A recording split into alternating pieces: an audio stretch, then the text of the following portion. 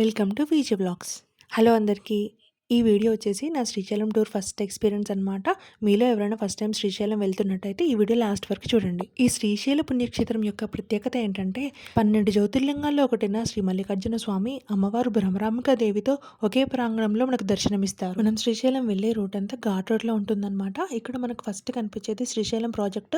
ఇక్కడ నుంచి point of view అయితే చాలా బాగుంటుంది. అంతేకాకుండా ఇక్కడ కొన్ని మస్ట్ విజిట్ ప్లేసెస్ అయితే ఉన్నాయి. ఫస్ట్ అందులో మనకు కనిపించేది పాతాళ గంగ. ఇక్కడ దిగడానికి ఒక 500 నుంచి 600 స్టెప్స్ వరకు అయితే ఉంటాయి. దిగలేని వాళ్ళకి కేబుల్ బ్రిడ్జ్ అవైలబుల్ కూడా ఉంది. ఆ తర్వాత మెయిన్ టెంపుల్కి అయితే వెళ్ళిపోయాము. ఇక్కడ ఫ్రీ దర్శనంతో పాటు ఇంకో 3 రకాల దర్శనాలు అవైలబుల్లో ఉన్నాయి.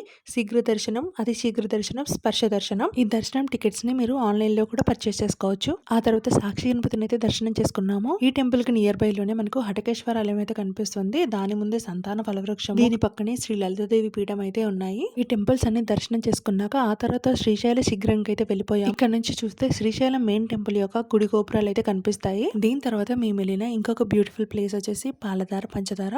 ఇక్కడ వాటర్ అయితే కొండ మీద నుంచి పడుతూ ఉంటాయి. చూడడానికి చాలా బాగుంటాయి.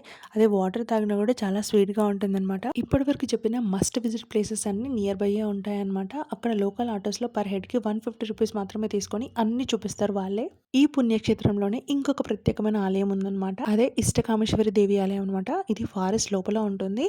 ఈ టెంపుల్ కి వెళ్ళడానికి అయితే 1 డే బిఫోరే మనం ప్రీ బుకింగ్ చేసుకోవాలి. Thanks for watching. వీడియో నచ్చితే లైక్ చేయండి, షేర్ చేయండి, సబ్స్క్రైబ్ చేసుకోండి.